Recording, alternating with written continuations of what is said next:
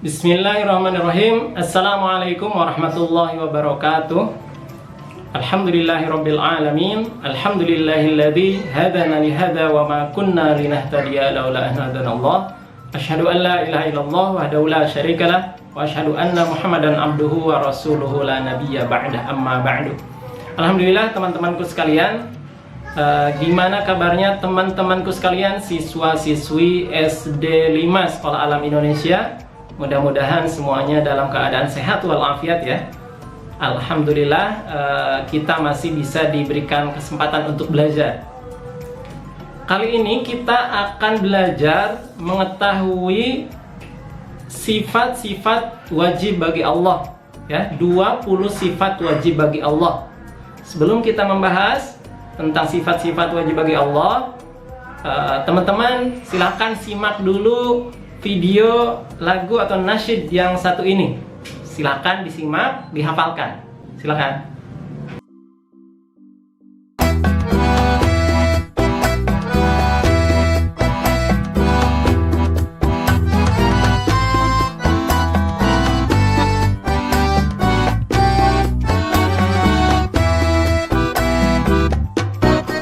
Allah wujud kidam bako mukhalafatul lil hawadisi qiyamuhu binafsihi wahdaniyah qudrat iradat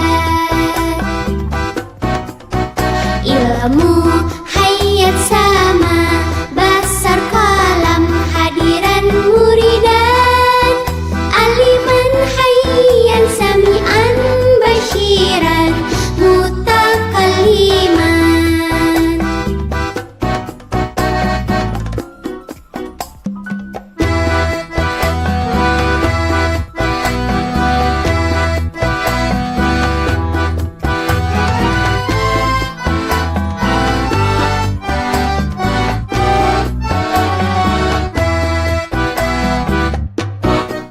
Allah wujud kidam bako mukhalafatul lil hawadisi qiyamuhu binafsihi wahdaniyah qudrat iradat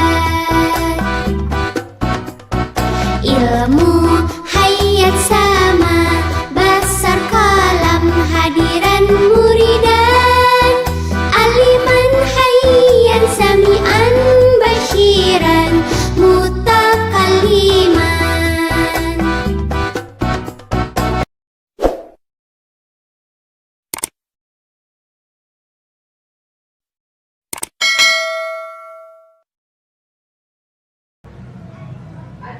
Nah, bagaimana teman-teman? Sudah disimak? Atau ada yang sudah hafal? Wah, yang sudah hafal bagus ya. Ya, bagi yang belum hafal silahkan diputar lagi videonya untuk bisa dihafalkan ya. Kali ini selanjutnya Pak Saiful akan membahas 10 terlebih dahulu sifat wajib bagi Allah. Yang pertama, Allah bersifat wujud, yang artinya ada. Adanya Allah itu bukan karena ada yang menciptakannya, tetapi Allah ada dengan zatnya sendiri ya. Buktinya ada alam semesta ini, adanya kita, adanya orang tua kita, itu menjadi bukti adanya Allah. Allah berfirman dalam surat As-Sajdah ayat 4 yang berbunyi, Allahul ladzi khalaqas samawati wal ard. Allah lah yang menciptakan langit dan bumi dan apa yang ada di antara keduanya, termasuk kita ya. Itu sifat Allah yang pertama, yaitu wujud. Yang kedua, Allah bersifat qidam ya, artinya dahulu, terdahulu. Allah yang awal, yang paling awal. Sifat Allah ini menandakan bahwa Allah sebagai pencipta dan yang lebih dulu ada daripada semesta alam yang Ia ciptakan. Dalam surat Al-Hadid ayat 3, Huwal awwal wal akhir wal zahir wal batin. Dialah yang awal dan yang akhir, yang zahir dan yang batin ya, dari yang awal. Tidak ada yang lebih awal daripada Allah Subhanahu wa taala. Berikutnya yang ketiga, Allah itu bersifat baqa. Baqo artinya kekal. Allah merupakan suatu zat yang abadi dan kekal selamanya karena Allah bersifat baqo. Dalam surat Al-Qasas ayat 88, kullu syai'in halikun illa wajha. Tiap sesuatu akan binasa, akan lenyap, termasuk kita akan mati, ya. Illa wajha, kecuali zatnya, kecuali Allah. Nah, jadi alam semesta ini akan hancur, kita akan mati, kita akan hancur semuanya, kecuali Allah yang maha kekal. Yang berikutnya, sifat Allah yang keempat adalah mukhalafatuhu lil hawadithi. Berbeda dari yang lainnya, berbeda dari ciptaannya. Sifat ini menunjukkan bahwa Allah Subhanahu wa taala berbeda dengan yang Ia ciptakan. Tidak ada hal yang di dunia ini yang menyerupainya. Ya. Dalam surat Asy-Syu'ara ayat 11, yang potongan ayatnya laisa kamitslihi syai'un. Tidak ada sesuatu apapun yang serupa dengannya, dengan Allah. Dan dialah yang maha mendengar lagi maha melihat. Ya, laisa kamitslihi syai'un. Tidak ada yang serupa dengan apapun. Yang kelima, Allah itu bersifat qiyamuhu binafsihi, yaitu berdiri sendiri. Artinya bahwa Allah Subhanahu wa taala itu berdiri dengan zatnya sendiri tanpa membutuhkan bantuan yang lain. Maksudnya keberadaan Allah Subhanahu wa taala itu ada dengan sendirinya, tidak ada yang mengadakan atau menciptakan. Ya. Dalam surat Al-Ankabut ayat 6, di akhir ayatnya, innallaha laghaniyyun 'anil 'alamin. Sesungguhnya Allah itu maha kaya, artinya tidak memerlukan sesuatu apapun. Allah maha kaya, ya. Yang kelima itu ya. Yang keenam berikutnya, Allah bersifat wahdaniyah. Allah bersifat wahdaniyah, yaitu wahid, maha esa. Allah itu bersifat esa. Artinya Allah bersifat esa atau satu. Esa zatnya, esa sifatnya maupun perbuatannya. Seperti dalam Pancasila. Sila pertama apa? Ketuhanan yang Maha Esa. Ya, Allah itu esa, satu. Tiada dua, tidak tiga. Ya. Dalam surat Al-Anbiya ayat 22, lau kana fihima alihatun illallah lafasadata. Seandainya di langit dan di bumi ada Tuhan-Tuhan selain Allah, niscaya langit dan bumi akan rusak. Jadi Allah hanya satu. La ilaha illallah. Tiada Tuhan selain Allah. Yang ketujuh, Allah bersifat qudrat, berkuasa. Kekuasaan Allah Subhanahu wa taala atas segala sesuatu itu mutlak, tidak ada batasnya dan tidak ada yang membatasi. Dalam surat Al-Baqarah ayat 20, ayatnya berbunyi, innallaha ala kulli syai'in qadir. Sesungguhnya Allah berkuasa atas segala sesuatu. Kuasanya Allah seluruhnya, tidak ada yang berkuasa selain Allah.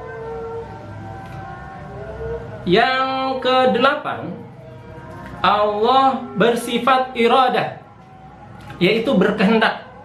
Allah Subhanahu wa taala telah menciptakan alam semesta ini beserta isinya adalah atas kehendaknya sendiri, tanpa ada campur tangan dari pihak manapun atau tanpa ada paksaan dari siapapun.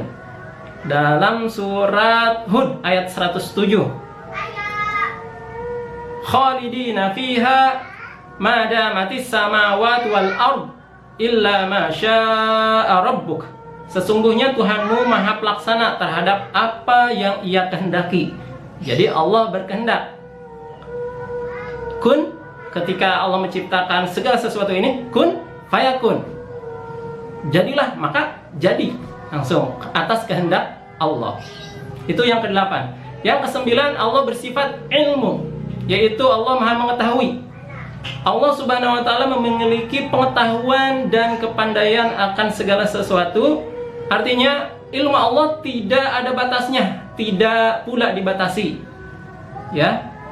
Allah Subhanahu wa taala mengetahui segala sesuatu yang ada di alam semesta ini, baik yang nampak maupun yang tidak nampak, yang zahir maupun yang batin, yang tampak atau yang gaib, yang nggak kelihatan sama kita. Allah Maha melihat. Termasuk Allah mengetahui apa yang ada di dalam hati kita.